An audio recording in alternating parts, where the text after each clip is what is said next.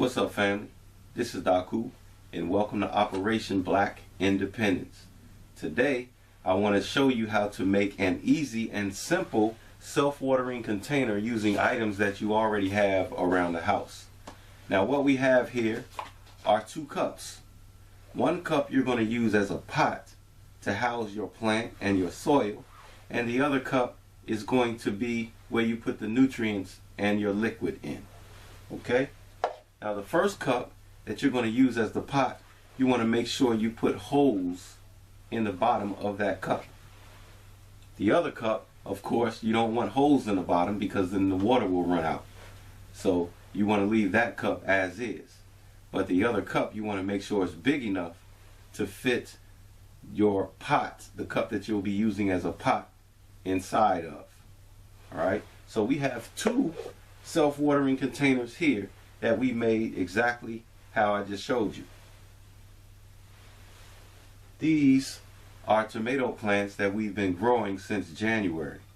As you can see, one plant is larger than the other.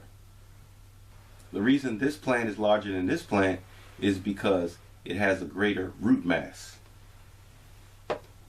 Now, plants, much like all other living beings, are going to seek out nutrients. How do plants seek out nutrients? They send roots down into the earth, or down into the container in this case, to find the nutrients that it needs in order to grow. Yakawu tells us that all things grow in all directions, up, down, and all around. Plants are no different. Okay, so we want to show you the root mass that's been growing in this container. So as you can see, we have the pot inside of the cup that has the liquid in it. And that, if you can see, get a little closer, is the root mass.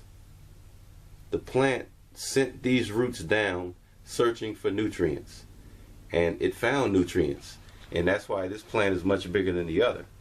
This plant drinks when it feels like it. It doesn't drink when I tell it it's going to drink. It drinks when it's thirsty.